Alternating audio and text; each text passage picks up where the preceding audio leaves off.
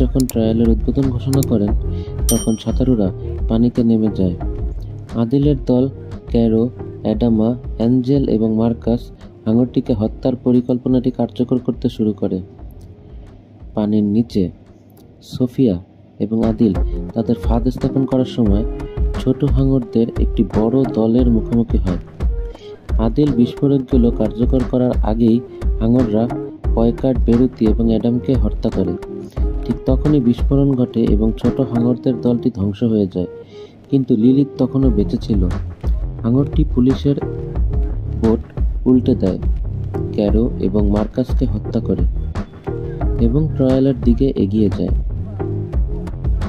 Mayor এবং দর্শকরা আতঙ্কিত হয়ে তাকায়, কারণ হাঙরটি বেশ কয়েকজন সাঁতারুকে আক্রমণ করে নিহত করে। প্যারিসের এই নদীর তলদেশে দ্বিতীয় বিশ্বযুদ্ধের সময়ের অবিস্ফোরিত মাইন রয়েছে,